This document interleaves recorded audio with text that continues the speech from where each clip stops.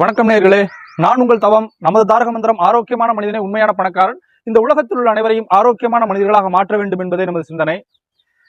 அரிப்பு சம்பந்தமாக எத்தனையோ வீடியோக்கள் போட்டுக்கொண்டே இருந்தாலும் கேள்வி வந்து கொண்டே இருக்கிறது. இதுவும் அரிப்பை பற்றியான ஒரு முக்கியமான, நாம் வீட்டில் கிடைக்கக்கூடிய மருத்துவங்களை வைச்சே நமக்கு வரக்கூடிய அரிப்புகளை சரி செய்யப்படக்கூடிய ஒரு வீடியோ தான் இது. இதற்கு முன்பு ஒரு வீடியோ போட்டிருக்கிறேன். 1 மில்லியன் வியூஸ், 10 லட்சம் மக்கள் பார்த்திருக்கிறார்கள். அந்த வீடியோவை பார்த்துவிட்டு நீங்கள் இதை பார்க்கலாம், இன்னும் தெளிவாக உங்களுக்கு புரியும். அந்த வீடியோவை பார்க்க வேண்டும் என்றால் மேல இந்த லிங்க் இருக்குது, கிளிக் பண்ணீங்கன்னா அதை பார்க்கலாம். அப்படி இல்லை என்றால் இந்த வீடியோவை முழுமையாக பார்த்துவிட்டு பிறகு நீங்கள் கடைசியாக அந்த வீடியோவை ஒரு முறை பார்த்து விடுங்கள். அதற்கான டிஸ்கிரிப்ஷன் கீழே கொடுத்துருக்கேன், டிஸ்கிரிப்ஷன்ல கொடுத்துருக்கேன் அந்த லிங்கை கிளிக் பண்ணி இந்த வீடியோ முடிந்தவுடன் பாருங்கள். நம்ம அந்த வீடியோல நிறைய விளக்கங்கள் கொடுக்கப்பட்டாச்சு. இந்த வீடியோல மருத்துவம் என்ன அப்படின்றதான் நம்ம சொல்ல போறோம். அரிப்பு இது பார்ப்பதற்குத்தான் ஒரு சாதாரண நோயாக தெரியும், ஆனால் மிக கொடூரமான நோய். இது வந்தவர்களுக்குத்தான் அதனுடைய அனுபவம் புரியும். இவற்றை சிலரால் முற்றிலும் குணப்படுத்த முடியவில்லை. மருத்துவரிடம் போவார்கள், சில மருந்துகள் சாப்பிடுவார்கள், ஒரு 3 மாதம் ஒரு 4 மாதம் குறையும், திரும்ப அரிப்பு வந்துவிடும். இந்த அரிப்பை பற்றியான ஒரு புரிதல் இருந்தால் மட்டுமே இதிலிருந்து நாம் விலக முடியும். அரிப்பு 2 வகைகளாக இருக்கிறது.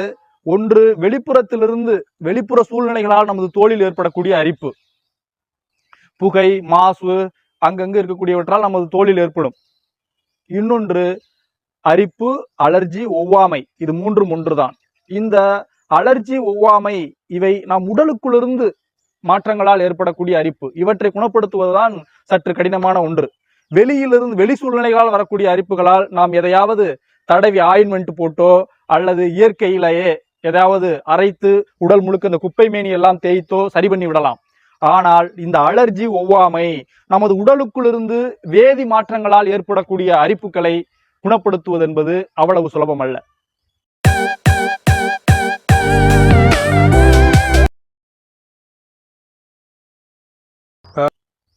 இவற்றிற்கு ஒரே வழி, நீங்கள் என்னதான் மருந்து எடுத்துக்கொண்டாலும் திரும்ப வந்துவிடும். இந்த அலர்ஜியும் ஒவ்வாமையும் போக்கக்கூடிய இவற்றை மருத்துவர்களால் கூட எதனால் இந்த அரிப்பு வருகிறது என்று ஆராய முடியாத அளவிற்கு குழப்பத்தை ஏற்படுத்தும். இந்த அரிப்பு வந்தவர்களுக்கு தெரியும். ஏனென்றால் ஒரு 10 மருத்துவர்களை பார்த்திருப்பீர்கள். ஒரு 6-7 வருடங்களாக இந்த அரிப்பு இருக்கும், ஆனால் இன்றும் குணமாகி இருக்காது. அதற்கான முழு தீர்வுதான் இந்த பதிவு.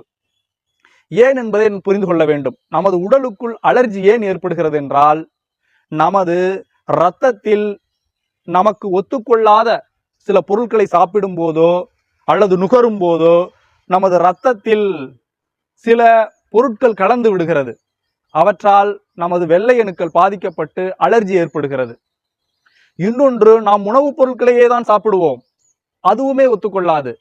ஏனென்றால் நமது வெள்ளை அணுக்கள் அதிக பிரசிங்கத்தனமாக வேலை செய்து, அதாவது ஒரு நோய் கிருமி உள்ளே வந்து விட்டால் நமது வெள்ளை அணுக்கள் எல்லாம் எதிர்த்து சண்டை போட்டு அவற்றை குணமாக்கும்.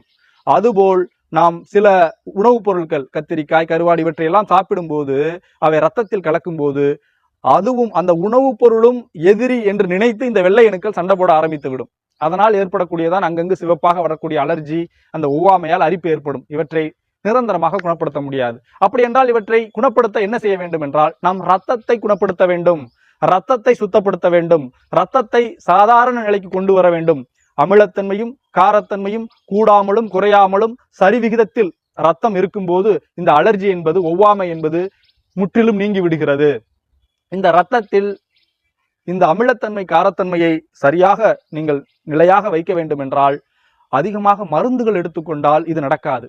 மெல்ல மெல்ல நாம் சாப்பிடக்கூடிய உணவுப் பொருளின் மூலம் மெல்ல மெல்ல இரத்தத்தை தூய்மையான இரத்தமாக, சமநிலையான காரத்தன்மை அமிலத்தன்மை சமநிலையாக இருக்கக்கூடிய இரத்தமாக, வெள்ளை அணுக்கள் சரியாக செயல்பட வேண்டும் என்ற அளவிற்கு இரத்தத்தை சீராக்க வேண்டும். அப்படி இரத்தத்தை சீராக்க வேண்டும் என்றால் நாம் என்ன உணவுகளை எடுத்துக்கொள்ள வேண்டும், அவற்றில் நாம் ரொம்ப முக்கிய பங்கு வகிக்க வேண்டும். முதலில் இந்த உடலுக்கு, இந்த இரத்தத்திற்கு என்ன முக்கியம் தேவை என்பதை நீங்கள் தெரிந்து கொள்ள வேண்டும். இந்த உடலுக்கு இனிப்பும் புளிப்பும் அதிகமாக எடுத்துக்கொள்ளக்கூடாது.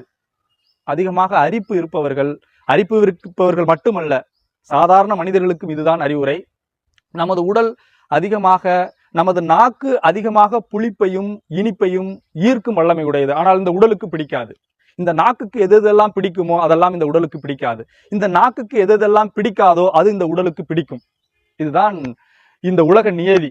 அப்படித்தான் கடவுள் படைத்திருக்கிறார். ஏனென்றால் நாம் நாக்கை நமது கட்டுப்பாட்டுக்குள் வைக்க வேண்டும் என்பதற்காகத்தான். ஏன் கடவுள் இப்படி வைக்கல? இனிப்பா சாப்பிடுங்க, நல்லா எந்த நோயுமே வராது அப்படின்னு வைக்கல. நிறைய பொரிச்ச மீன், பொரிச்ச ஃப்ரைட் ரைஸ், அது இது எல்லாமே சாப்பிடுங்க, அதிக ருசி கொண்ட உணவுகளை எல்லாம் எடுத்துக்குங்க, நோயே வராத ஆரோக்கியமா இருப்பீங்க அப்படின்னு ஏன் கடவுள் வைக்கல? ஏனென்றால் மனிதனுக்கென்று ஒரு சுய கட்டுப்பாடு வேண்டும் என்பதற்காகத்தான். ஆனால் இந்த உடலுக்கும் இந்த நமது ரத்தத்திற்கும் மிக ரொம்ப பிடித்தது என்னென்றால் துவர்ப்பு கசப்பு. இந்த துவர்ப்பு கசப்பை நாம் அதிகமாக தினந்தோறும் எடுத்துக்கொள்ள வேண்டும். அவற்றை இப்போது இருக்கக்கூடிய மனிதர்கள் யாரும் எடுத்துக்கொள்வதே இல்லை. அதுதான் ஒரு வெளிப்படையான உண்மை. இந்த துவர்ப்பையும் கசப்பையும் தினந்தோறும் யார் உணவின் மூலம் அதிகமாக எடுத்துக்கொள்கிறீர்களோ அவர்களுக்கு அரிப்பு மட்டுமல்ல, எந்த நோயும் வராது. முற்றிலுமாக இந்த அலர்ஜி, ஒவ்வாமை, அரிப்பை மிக போக்கிவிடலாம். அப்படி என்றால் இந்த துவர்ப்பு கசப்பு எதில் இருக்கிறது, எந்த உணவில் இருக்கிறது என்று பார்க்க வேண்டும். அவற்றை நாம் நேரடியாக எடுத்துக்கொண்டோம் என்றால் அதுதான் இந்த அரிப்பு. நீண்ட நாளாக 6 வருடமாக 10 வருடமாக குணமாகாத அரிப்பிற்கு இதுதான் மருத்துவம்.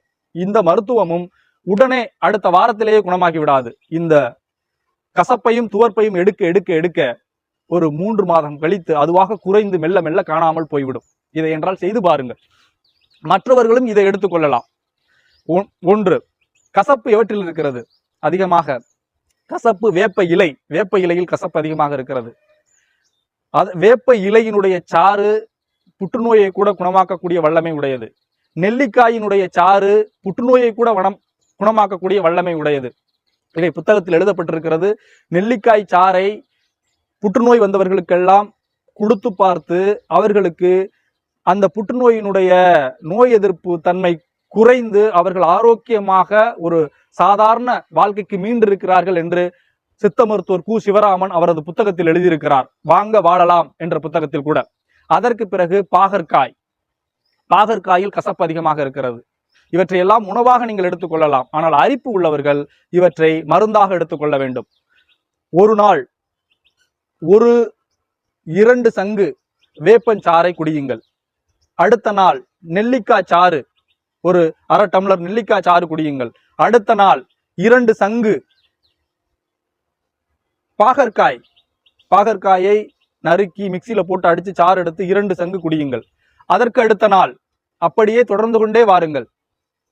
முதல் நாள் வேப்பிலை சாறு 2 சங்கு, அடுத்த நாள் நெல்லிக்காய் சாறு 1/2 டம்ளர், அதாவது துவர்ப்பு. அதற்கு அடுத்த நாள் கசப்பு, பாகற்காய் சாறு 2 சங்கு குடியுங்கள்.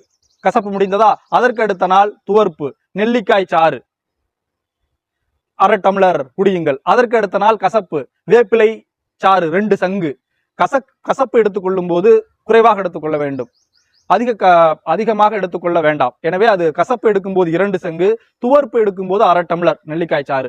இவற்றை நீங்கள் தொடர்ந்து எடுத்துக்கொண்டே வர வேண்டும். தினந்தோறும் ஒரு 3 மாத காலங்கள் உங்களுக்கே அந்த நோய் அரிப்பினுடைய தாக்கம் குறைவதை உணர்வீர்கள். இவற்றை தொடர்ந்து எடுத்து பார்த்துவிட்டு இது உணவுப் பொருள் தான், இது ஒரு மருந்து பொருளே அல்ல. எனவே பயம் கொள்ளாமல் நீங்கள் இதை எடுத்துக்கொள்ளலாம்.